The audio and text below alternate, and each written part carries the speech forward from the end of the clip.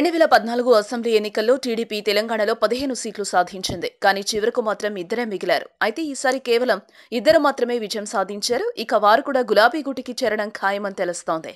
తెలంగాణలో తెలుగుదేశం ఉనికి లేకుండా చేయాలనే ఆలోచనలో తెరాస ఉంది. టీడీపీ నుంచి గెలిచిన ఇద్దరిని సైకిల్ దింపి కారెక్కించేందుకు తెరాస వేగంగా పావులు కదుపుతోంది. ఈ నేపథ్యంలో సత్తుపల్లి టీడీపీ ఎమ్మెల్యే సండ్ర వెంకటవీరయ్య పేరు ప్రముఖంగా వినిపించింది. ఆయనతో పాటు మరో టీడీపీ ఎమ్మెల్యే నాగేశ్వరరావు కూడా పార్టీ మారిపోవడం ఖాయమని ఈ మధ్య చాలా కథనాలు వినిపించాయి. దీంతో తాను ఎక్కడికి వెళ్లేది లేదని టీడీపీలోనే ఉంటానని సండ్ర మెచ్చా వివరణ ఇచ్చారు. అయితే మెచ్చా విషయం పక్కన పెడితే గడిచిన కొద్ది రోజులుగా సండ్ర వ్యవహారం చూస్తుంటే కారెక్కడం ఖాయమని అనిపిస్తోంది. సండ్ర వెంకటవీరయ్య నిన్నటి వరకు అజ్ఞాతంలో ఉన్నారు.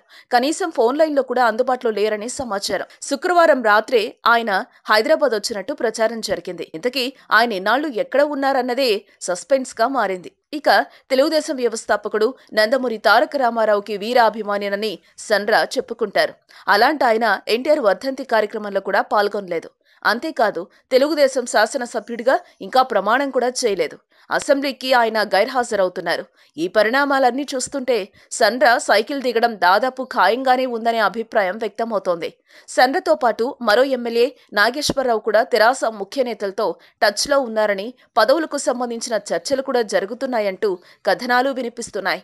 నిజానికి తెలంగాణలో ఇద్దరు ఎమ్మెల్యేలను నిలబెట్టుకోవడం అనేది టీడీపీకి సవాలే.